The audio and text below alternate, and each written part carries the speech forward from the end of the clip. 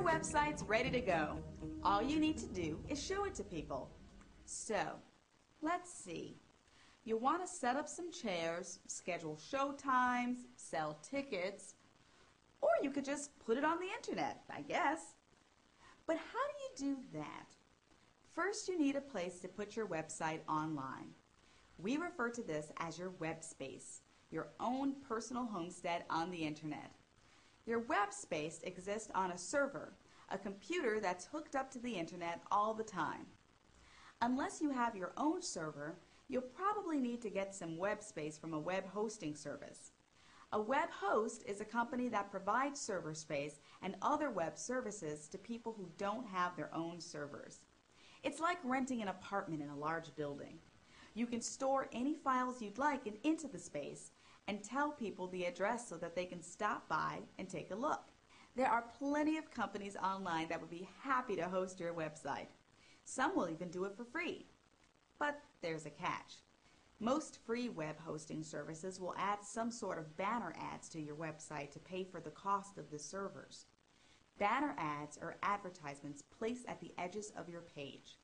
They can be a web designer's worst enemy, flashy and distracting.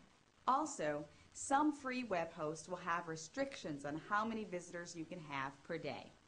And the web space provided will be smaller than what's offered by the web host that you pay for.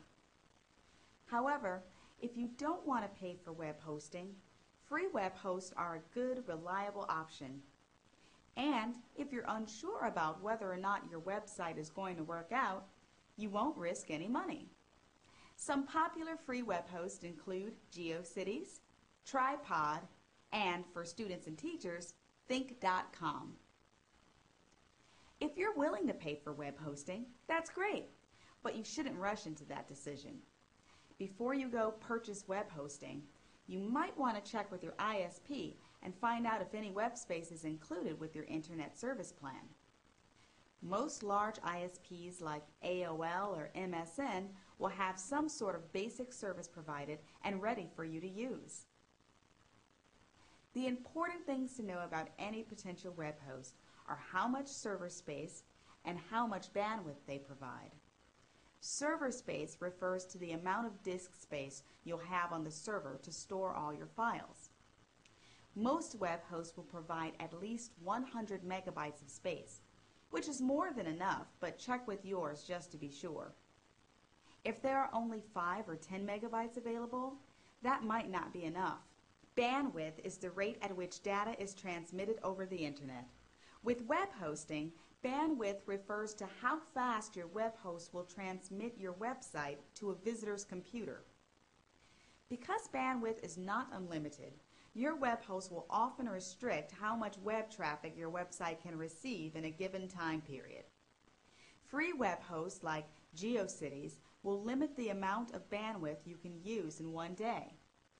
If you have a lot of small files but a ton of visitors, or a few big files with an average amount of visitors, you run a risk of running out of bandwidth. Sites that stream video often run out of bandwidth because the files are so big. If you do hit your bandwidth limit, visitors won't be able to access your website, or you'll be charged with higher fees.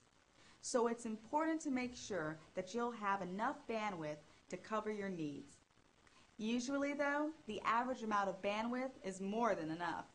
Some popular and professional web hosts are Yahoo, Verio, DreamHost, and Lunar Pages. Depending on your web hosting needs, you can pay a very small amount of money, a few dollars a month maybe, for a small amount of services. However, like with so many other things, you can also pay slightly more for better features. Many will offer extra services, such as email hosting, technical support, server backup and restoring, and site visitor statistics. Some web hosts might even include the cost of registering your domain name. A domain name is the address of your web server, the word or words in between www. and .com or .org. Owning your own domain name means taking a big step onto the web, so we'll go over it a little more later on. If you decide not to buy a domain name, Your website can use the domain name of the server it's being hosted on. Say you are being hosted by Nortel Learnit and your username was student. The URL for your web page might be www.nortellearnit.org/student. If you want to host your own website on your own computer, it is possible. However, it involves turning your computer into a web server. There's a lot to learn about making your computer a server, but for now, just know that your computer will have to be able to always stay connected to the internet at all times. You'll also have to set up your computer with a static IP address. This is the numeric address that identifies a server on the internet. A static IP address never changes. This is a pretty complicated process, so you can see why people rent server space for their websites. But if you have a Windows or Linux machine, it's an option you might consider at some point. For simple sites like the portfolio site we will be creating, all you really need is some basic web space. A free web host might be just fine.